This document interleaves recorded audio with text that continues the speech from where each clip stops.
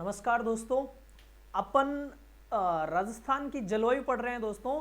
इसमें अपन ने साधारण जो वर्गीकरण था राजस्थान की जलवायु के बारे में समझा कि क्या होती है जलवायु और क्या होता है मौसम। मौसम और जलवायु में थोड़ा सा डिफरेंस है, उसके बारे में देखा। सामान्य वर्गीकरण के बारे में देखा। आज अपन महत्वपूर्ण एग्जामों में जो आने वाला टॉपिक है जलवायु का ही पार्ट है दोस्तों। इसमें ज्यादातर किसका वर्गीकरण पूछा जाता है? कोपेन का वर्गीकरण, कोपेन का जलवायु वर्गीकरण। ठीक है दोस्तों, कोपेन का जलवायु वर्गीकरण दोस्तों। कोपेन का जलवायु वर्गीकरण व्यक्तिगत वर्गीकरण में आता है। ये किस में आता है? व्यक्तिगत वर्गीकरण में। व्यक्तिगत वर्गीकरण। ठीक है दोस्तों। तो गाइज अपन व्यक्तिगत वर्गीकरण में फर्स्ट ऑफ ऑल किसको देख रहे हैं? कोपेन महोदय के वर्गीकरण को देख रहे हैं। इससे पहले हमने सामान्य वर्गीकरण देखा और अब देख रहे हैं व्यक्तिगत वर्गीकरण। व्यक्तिगत वर्गीकरण में कोपेन महोदय ने राजस्थान की जलवायु को 4 भागों में बांटा।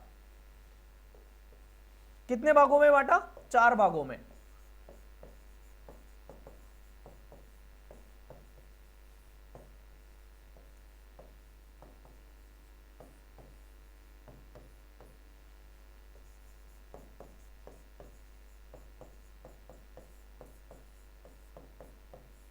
और आपको एक और चीज बता दूं, किसी भी क्षेत्र का अलग वर्गीकरण किया जाता है और उनको अलग अलग भागों में बांटा जाता है। उसका पीछे का मोटिव क्या होता है दोस्तों? सबसे बेस्ट मोटिव ये रहता है कि उसको हम अच्छे से अध्ययन कर सकें।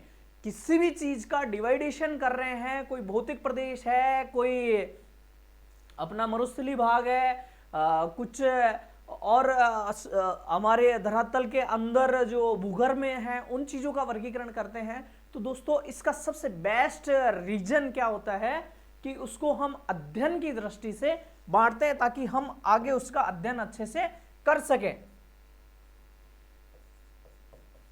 ठीक है दोस्तों।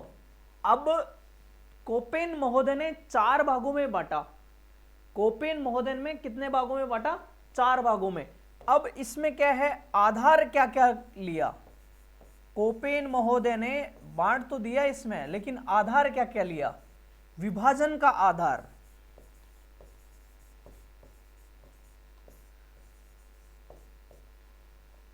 विभाजन का आधार उन्होंने सबसे पहले वर्षा, वहां उपस्थित वनस्पति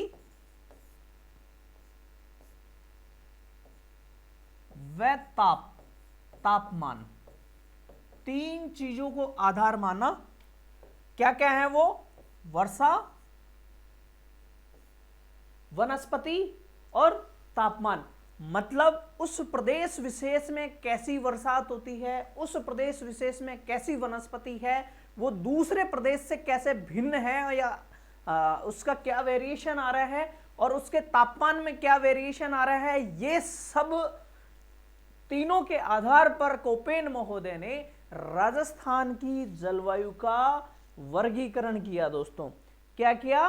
राजस्थान की जलवायु का वर्गीकरण किया। अब अगर अपन कोपेन महोदय ने पूरी पृथ्वी को कई भागों में बांट दिया। जो इक्वेटर वाला इलाका था दोस्तों, ये इक्वेटर वाला इलाका, इसको उसने ए कैटेगरी में रखा। अब आपको सभी को मालूम है कि ए वाला भाग उष्णकटिबंधीय भाग है। क्या है? उष्णकटिबंधीय भाग। सेकेंडरी नंबर 2 पे क्या है? बी। ठीक है दोस्तों, ये उष्ण भी है, उप उष्ण है, उपोष्ण, उपोष्ण कटिबंध। ठीक है दोस्तों। तो गाइस कोपेन महोदय ने नंबर 2 उपोष्ण कटिबंध रखा। नंबर 3 किसको रखा दोस्तों? ये आपके लिए है उपोष्ण के बाद वाला जो पार्ट है वो हिमतुल्य है, मतलब वो थोड़ा ठंड है, हिमतुल्य जलवायु। इसको कोपेन महोदय ने क्या नाम दिया, क्या सी से डिनोट किया। इसके बाद कोपेन महोदय ने डी वाला पार्ट है, ये डी शीत जलवायु को डिनोट करने के लिए उन्होंने वर्गीकरण किया। हमारा जो ग्लोब है, हमारी पृथ्वी है, इसको 4 अलग अलग कटिबंधीय क्षेत्र के आधार पर अलग अलग पार्टों में डिवाइड किया। सबसे पहला ए उष्ण कटिबंधीय, बी उपोष्ण कटिबंधीय, थोड़ा अपर वाला पार्ट कर्क रेखा के पास वाला पार्ट, और सी हिमतुल्य जलवायु, और डी शीत जलवायु। तो दोस्तों आपके पास इस तरह से कोपेन महोदय ने किया। लेकिन हमारे राजस्थान की क्या व्यवस्था है कि राजस्थान की जलवायु वर्गीकरण में ये नहीं है। कहां नहीं है? राजस्थान में नहीं है। कहां नहीं है ये? राजस्थान में। तो ये आपको ध्यान रखना है। कौन कौन से जलवायु नहीं है? शीत और हिमतुल्य जलवायु राजस्थान में दोस्तों नहीं है। तो अब अपने राजस्थान की जलवायु को बांटने के लिए, राजस्थान की जलवायु को बांटने के लिए कोपेन महोदय ने क्या क्या यूज किया कि ये जो बी वाला पार्ट था उसको उसने डब्लू और एस में कन्वर्ट कर दिया। डब्लू का मतलब शुष्क मरुस्थलीय जलवायु, ठीक है दोस्तों, शुष्क मरुस्थलीय जलवायु, और इसका पार्ट शीत शुष्क, एस का मतलब शीत शुष्क जलवायु। तो इस तरह से जो बी वाला पार्ट है, क्योंकि अपना ये वाला पार्ट ज्यादा है अपने राजस्थान में, हम इस लोकेशन में पाया जाता है, हमारा कर्क रेखा के आसपास वाला क्षेत्र है, तो ये वाला पार्ट हमारे राजस्थान की जलवायु में आता है दोस्तों। तो इसको बांटने के लिए कोपेन महोदय ने कॉम्बिनेशन बनाया, 4 भाग बनाए, 4 भाग बनाए इसके। जो 4 भाग बनाए दोस्तों वो अपन अब देखते हैं आगे। सबसे पहला भाग कोपेन महोदय ने बनाया ए डब्ल्यू, उष्ण कटिबंधीय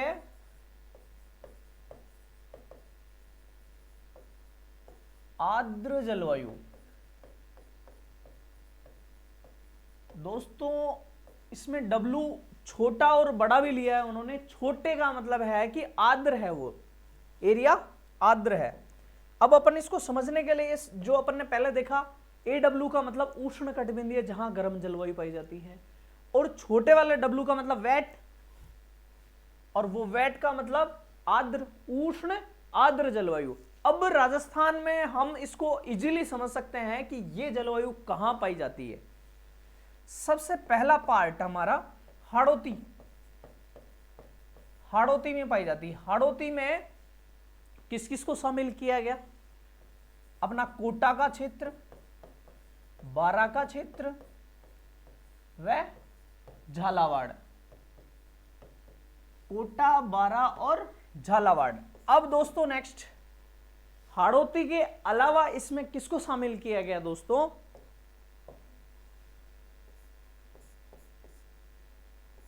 बांगड़ प्रदेश। अब ये बताओ बांगड़ प्रदेश कहां है? अपना डूंगरपुर, प्रतापगढ़,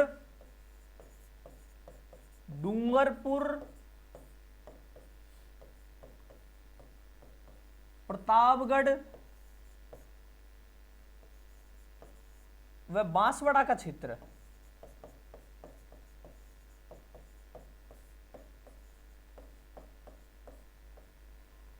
डूंगरपुर, प्रतापगढ़ व बांसवाड़ा का क्षेत्र दोस्तों इसमें शामिल है। किसमें? हाड़ौती में।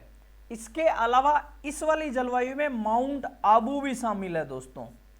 माउंट आबू को शामिल करने का कारण, क्योंकि यहां पर वनस्पति तो इस एरिया के हिसाब से नहीं पाई जाती क्योंकि वहां हिली एरिया ज्यादा है, लेकिन यहां वर्षा के आधार पर ये इस कैटेगरी में आ रहा है। कौन सी कैटेगरी में? उष्ण कटिबंधीय आर्द्र जलवायु, मतलब वर्षा तो उस क्षेत्र विशेष में ज्यादा होती है अन्य क्षेत्र विशेषों की बजाय, इसलिए माउंट आबू को AW कैटेगरी में शामिल किया गया है दोस्तों। माउंट आबू को AW कैटेगरी में शामिल किया गया है। अब इसमें वनस्पति और बच गई दोस्तों, कि वनस्पति कौन सी पाई जाएगी? अपने राजस्थान में उष्णकटिबंधीय में सदाबहार नहीं पाई जाएगी, यहां पर सवाना प्रकार की वनस्पति पाई जाएगी। तो आपको यह भी याद रखना है कि सवाना वनस्पति पाई जाएगी। ठीक है दोस्तों, सवाना वनस्पति पाई जाएगी। अब इसके अलावा आपके पास सेकेंडरी जो वर्गीकरण आता है कोपेन महोदय का, वो आता है BWHW।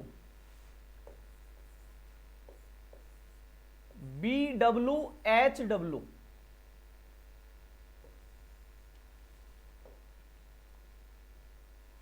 इसमें दोस्तों शुष्क मरुस्थलीय जलवायु है।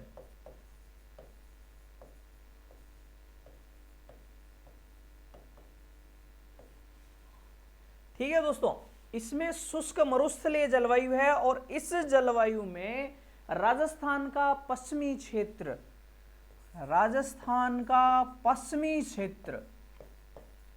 पश्चिमी क्षेत्र में क्या क्या आते हैं अपने? पश्चिमी क्षेत्र में आते हैं जैसलमेर, बाड़मेर,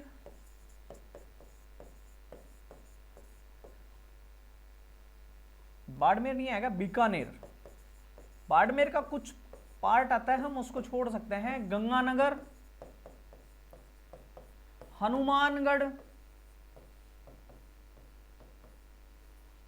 व चूरू का कुछ भाग।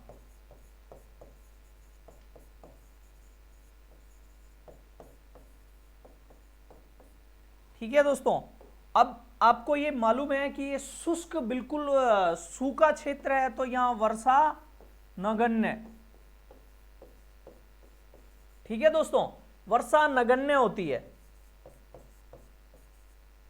वर्षा नगण्य होती है मतलब ना के बराबर होती है दोस्तों। ठीक है, अब इसके बाद जब ये क्षेत्र ऐसा है तो वनस्पति कैसी पाई जाएगी? कटीली झाड़ियों युक्त,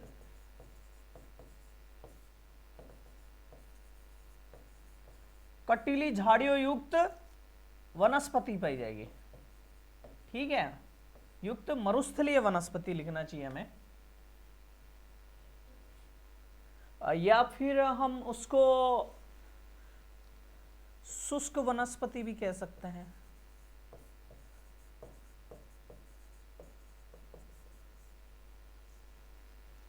एरिडोफाइट जिसे इंग्लिश में कहते हैं, कटीली झाड़ियों युक्त शुष्क वनस्पति इस क्षेत्र में पाई जाती है। तो ये क्षेत्र आपका कैटेगरी बी हो गया।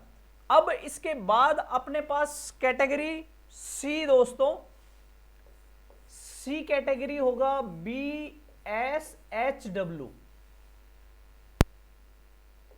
अर्ध शुष्क मरुस्थलीय प्रदेश, मरुस्थलीय जलवायु, अर्ध शुष्क मरुस्थलीय जलवायु दोस्तों।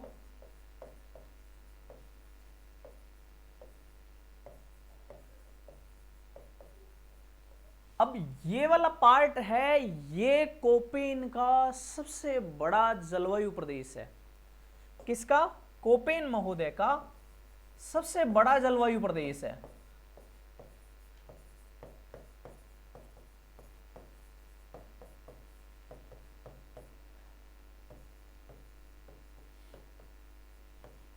सबसे बड़ा जलवायु प्रदेश है। इसके क्या क्या हैं पार्ट?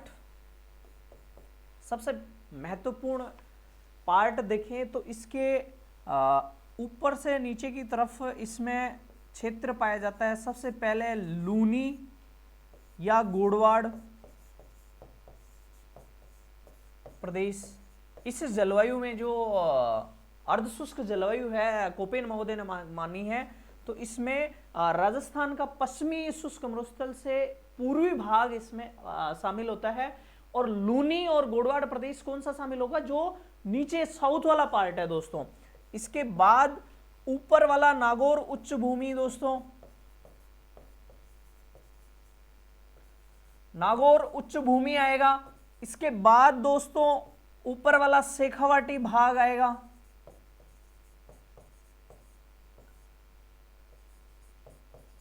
और सबसे लास्ट में क्या आएगा, चौथा घग्गर प्रदेश।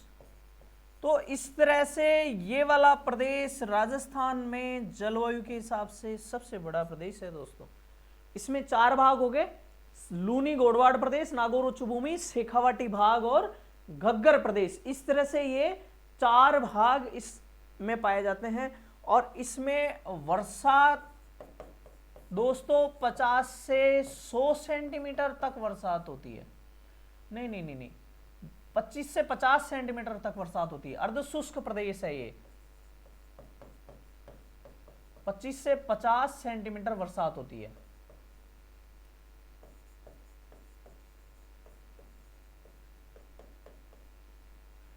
वनस्पति कटीली झाड़ियां भी पाई जाती हैं।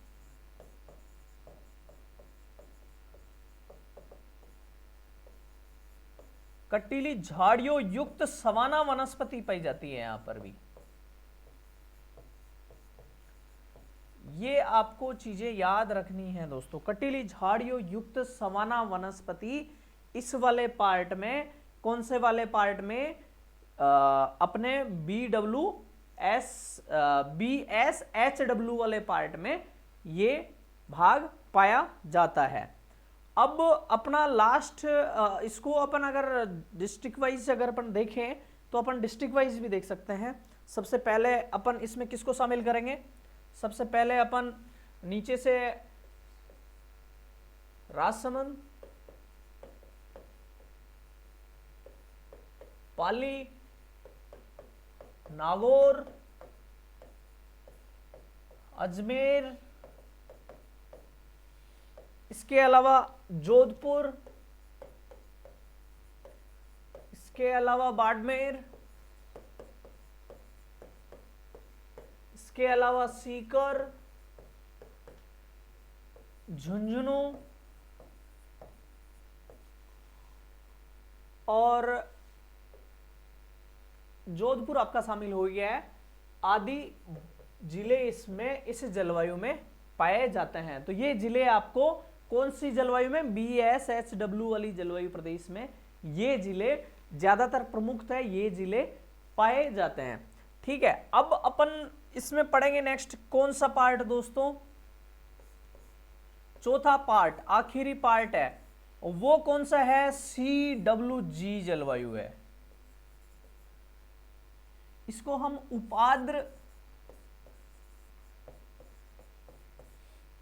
उपाद्र जलवायु भी कह सकते हैं। ठीक है दोस्तों, उपाद्र जलवायु में क्या क्या है, सबसे पहले तो इसमें कौन कौन से जिले हैं, अलवर, भरतपुर, करौली, धौलपुर। करौली व धौलपुर इसमें शामिल हैं दोस्तों। किसमें, अलवर, भरतपुर, धौलपुर व करौली शामिल हैं। इसको हम ABCD एक शॉर्ट ट्रिक के रूप में भी याद रख सकते हैं, अलवर, भरतपुर, करौली, धौलपुर। ठीक है दोस्तों, अब इसके अलावा टोंक,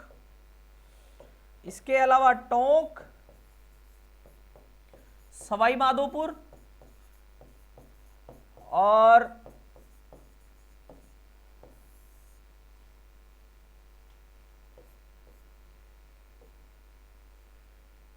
टोंक, सवाई माधोपुर, आपका करौली इसमें आ चुका है, आपका भीलवाड़ा। ठीक है दोस्तों, आपका चित्तौड़गढ़,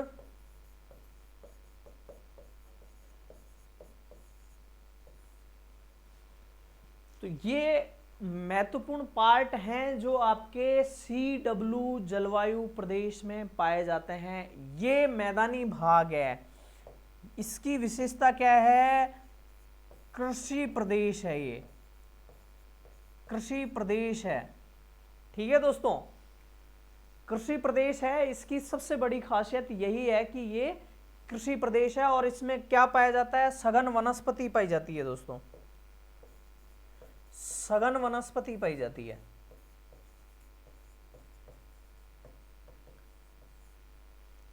सघन वनस्पति पाई जाती है। आपको ये चीजें महत्वपूर्ण हैं और आपको यही याद रखना है। इसमें बहुत ज्यादा डेप्थ में जाने की जरूरत नहीं है क्योंकि ये प्योर ज्योग्राफी का टॉपिक है, कोपेन का वर्गीकरण दोस्तों। तो ये आपके लिए इस तरह से कंप्लीट होता है। अब अपन इसको देखेंगे कि ये व्यक्तिगत वर्गीकरण है, ये सामान्य वर्गीकरण नहीं है। कोपेन महोदय ने 4 भागों में बांटा, आधार, वनस्पति, वर्षा, तापमान को लिया। इसके बाद अपन पूरे ग्लोब में देखें कि इस तरह से कोपेन महोदय ने किया। अपन एक चीज छोड़ रहे हैं, उसको अपन शामिल करते हैं। वो क्या? मैं आपको राजस्थान के मैप के माध्यम से इसको समझा देता हूं, जलवायु वर्गीकरण को समझा देता हूं मैं आपको। ये मैप में और भी अच्छे से डिफाइन हो जाएगा। ये वाला पार्ट है, ये किसका है? BWHW part. कौन कौन शामिल हैं? जैसलमेर, बीकानेर, हनुमानगढ़, गंगानगर। ठीक है दोस्तों, ये वाला पार्ट इसमें शामिल है। फिर ये BSHW वाला पार्ट आएगा इसमें, BSHW। ये वाला पार्ट दोस्तों क्या है? इसके 4 भाग हैं। पहला लूनी बेसिन, दूसरा नागौर उच्च भूमि,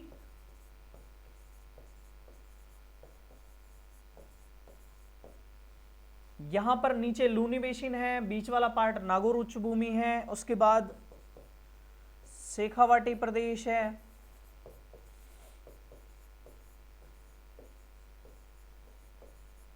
और उसके बाद में शेखावाटी प्रदेश के बाद में आएगा घग्गर बेसिन, घग्गर प्रदेश। तो इस तरह से दोस्तों इसके पार्ट हैं, छोटे छोटे 4 पार्ट हैं। ये क्षेत्र सबसे बड़ा है, ये बीच वाला पार्ट आ गया। और आपका ये वाला पार्ट दोस्तों, ये वाला पार्ट दोस्तों, ये वाला पार्ट,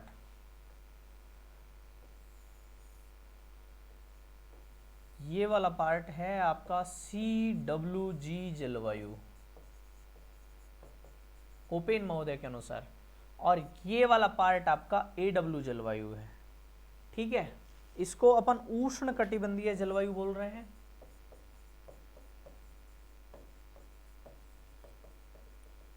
उष्ण कटिबंधीय आर्द्र जलवायु। कोपेन महोदय का इससे ज्यादा आपको कुछ ज्यादा पढ़ना नहीं है दोस्तों, ये सब बहुत डिफाइन तरीके से है, इतना सफिशिएंट है। कोई भी कंपटीशन एग्जाम के लिए एज ए जीएस वाले पार्ट में, सामान्य अध्ययन जीके जीएस वाले पार्ट में यही आता है, इससे ज़्यादा नहीं आता है। तो आप इसको याद रखें। बहुत बहुत धन्यवाद। हमारे YouTube चैनल को सब्सक्राइब करें और हमारे कोर्स जो आप प्ले स्टोर से जाके और क्लॉकमी ऐप डाउनलोड करो और वहाँ पर उपलब्ध सभी कोर्स आप परचेज कर सकते हैं। बहुत बहुत धन्यवाद दोस्तों।